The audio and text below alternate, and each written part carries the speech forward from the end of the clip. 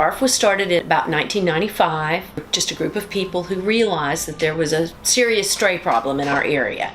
And we have grown a great deal since those days. We moved into our building in 2004 and have grown even more since then, since we have a permanent place.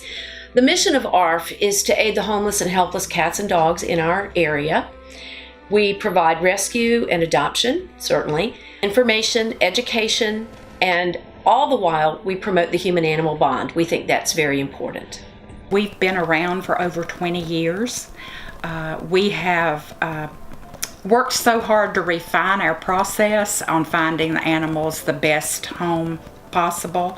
We take multiple applications, then we check all vet references, personal references, and we do a home visit and pick the best fit. And I think that makes it special.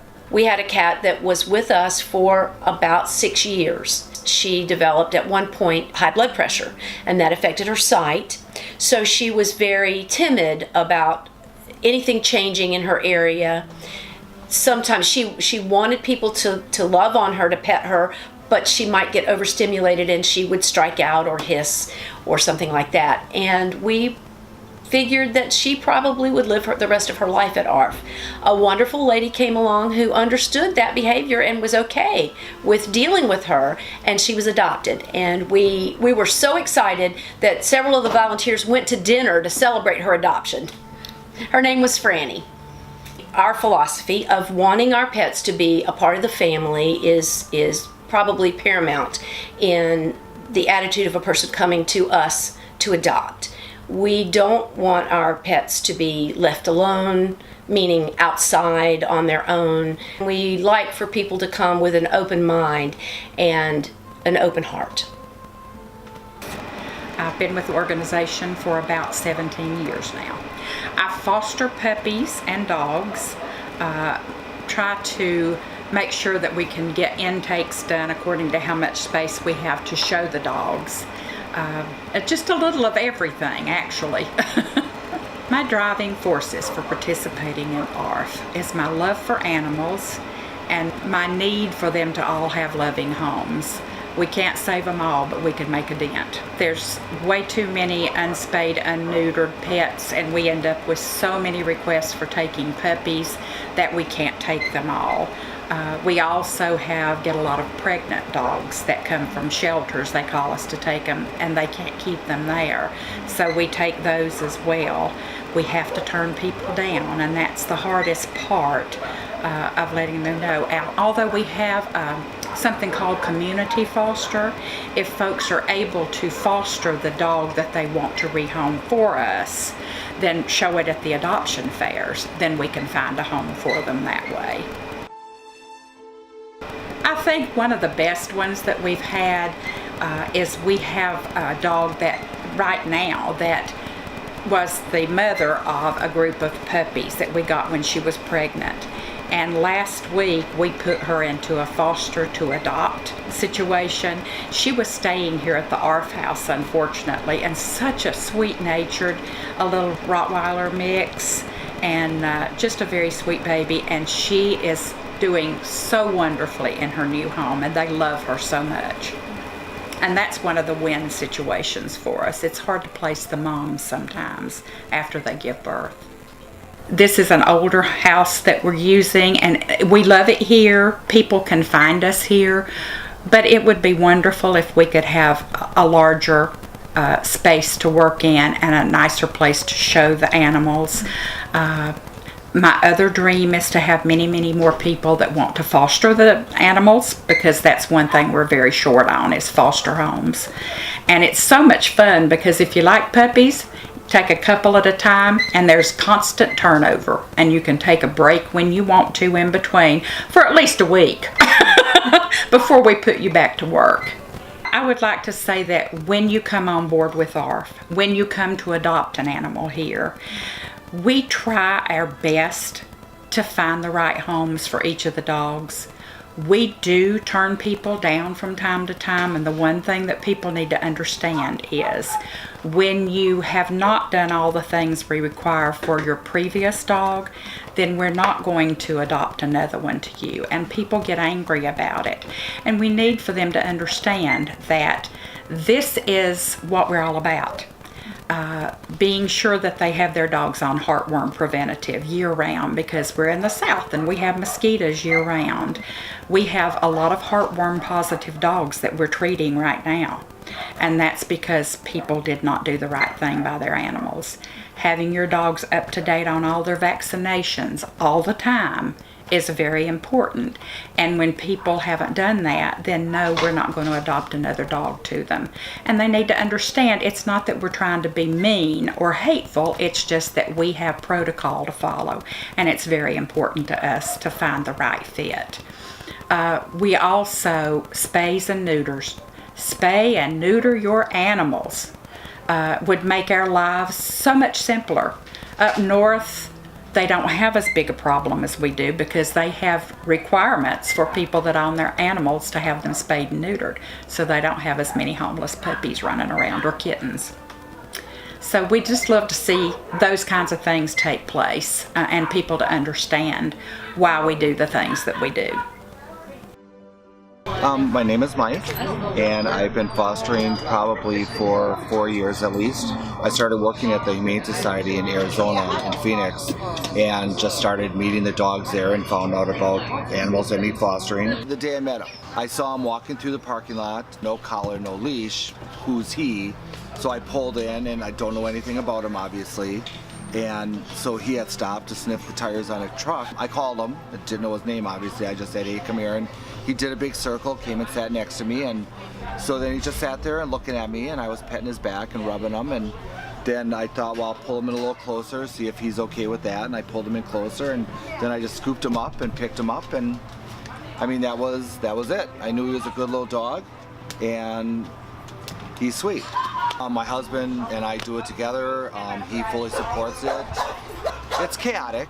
The house gets chaotic for a while. You know, we have two big dogs of our own, so it throws everything off a little bit, but it's still good and it's fine, and you make it work. You figure out how to make it work. I never fostered before, but when you started working there, it's kind of like it's such a need, and you find out how desperate it is to take care of them, so then you just kind of fall into it, and once you start, it's kind of hard to stop. Because I know since we moved here, we weren't really settled into our own home. We were renting, and we have two big dogs of our own, so we couldn't really foster for a while, so I really missed it. And when I found him, I was just, like I said, I wasn't looking to foster a dog, but he just kind of fell into my laps, and all my friends from out there are laughing at me because they're like, well, it's just a matter of time because you didn't foster anybody, so now they're coming looking for you. When I moved here all the way from Sweden, I decided that I wanted to make a difference, and kind of learned that cats and dogs here, you know, not all of them of course, because a lot of them have awesome homes, but a lot of them aren't that lucky. So when I started here, I really realized that, and I think it is, you know, to be able to actually make a change, and I think AARF is a really, really good spot for that, because we are really striving hard to make it better for the cats and the dogs. When I started here, I did become a foster pretty fast.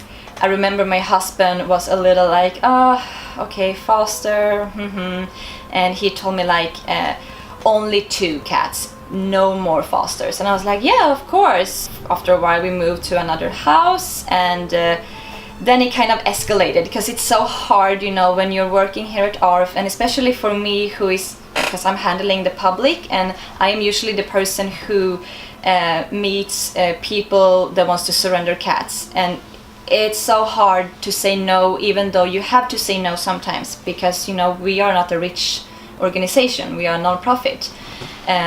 But at one time I had like 13 fosters at home, like cats, and my husband was not happy, and I'm not gonna do that again because it's a lot of work. But I think that is the thing, like when you start with rescuing, it's hard to stop. You kind of have to find balance, you know, make it work at home, but also be able to rescue, but maybe not rescue that much.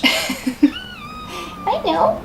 My first foster was a cat, and her name is Rita, and she had been here at the AARF, I think, for a couple of years, and she had hurt her mouth, so she needed a break from the shelter. So I took her home, and she was a little difficult at the beginning. She was hiding under my bed for maybe 1.5 weeks, and I was like, oh my goodness, is this what fostering is? Are the cats like this scared all the time? But you know, after a while she just became amazing cat. So sweet, so mellow and loving, and she actually was my husband's favorite one. And her backstory was pretty sad, because she was a man who had her and I think 13 or 16 other cats in a basement without any windows, and he didn't look after them at all. So when he passed away and AARF was able to help them, I think a lot of them didn't make it, but Rita was one of few who did. But you know, because of he not taking care of them, we had to remove all of her teeth. And then, you know, I put her back here at the AARF house, and she stayed for another 1 or 2 years. But then one day this really, really great man walked in and saw her and was like, oh, Rita, and he was like shocked because she'd been here for so long, and he adopted her, and now she's having the best life ever. AARF is a place where you can grow. Like if you really are interested in learning about rescuing and you really want to give it all, AARF is the place to be. I started out here, I didn't know anything. Like seriously, I didn't know anything. And like now, 2.5 years later, I have so much more knowledge. And that is thanks to AARF. And I think it's also great because like the fosters here, they have a lot to say about their own fosters. They are able to pick the names, they're able to have a say when it comes to adoptions. And I think that is very, very valuable. We might not be the biggest animal shelter, but we do so much. Like we are really saving a lot of dogs and cats, and I'm very proud to be a part of it.